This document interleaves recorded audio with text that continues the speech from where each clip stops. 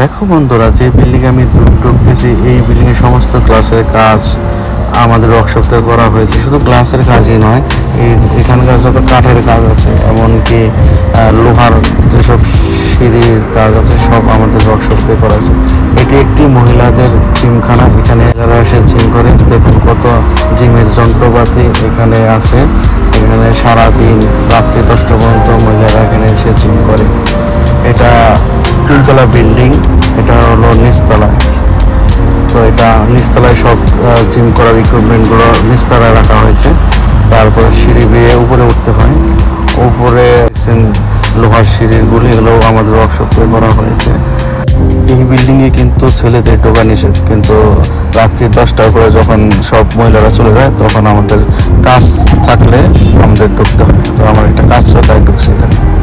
এই তো দোতলার উপরে উঠলাম। দোতলা থেকে নিচে সুইমিং পুল দেখা যায়, খুব সুন্দর।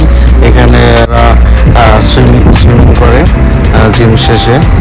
আর দেখো এইসব যে রেলিং দেওয়া হয়েছে সব আমাদের হাতে করা।